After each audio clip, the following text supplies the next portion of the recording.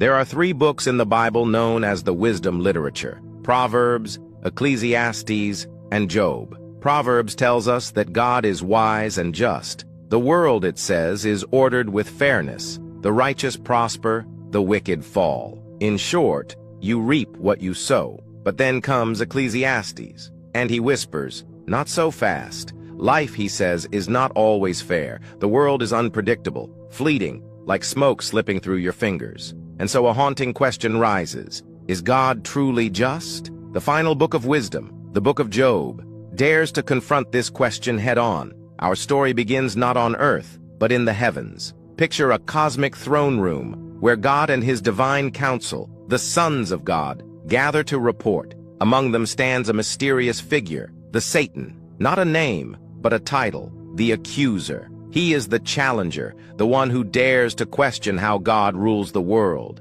God points to Job, his most faithful servant. "Look at him," God declares, "righteous, blameless, devoted." But the accuser smirks. "Of course he loves you. You've given him everything: wealth, family, health. Take it all away, and watch him curse your name." And so, in a chilling twist, God allows the test. In a single stroke, Job loses it all: his children, his home, his fortune, even his health. He sits in ashes, broken, with nothing left. And yet, Job does not curse God. For a time, he endures with trembling faith, but grief has a way of breaking even the strongest. In chapter 3, Job unleashes a cry that shakes the heavens, a curse upon the very day he was born. His friends arrive, but instead of comfort, they bring accusations. "Job," they insist, "you must have sinned. God is just. The world is fair. You suffer only because you deserve it."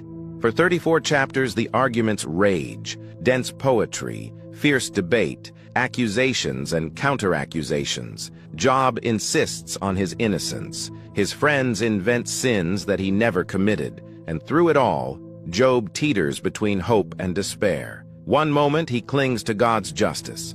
The next he cries out that God is reckless, unfair, corrupt. Finally, Job demands the impossible, that God himself answer him face to face. And God does. Out of a raging storm cloud, the Creator speaks, but not with explanations, not with apologies. Instead, God takes Job on a breathtaking journey across the cosmos. "Were you there?" God asks.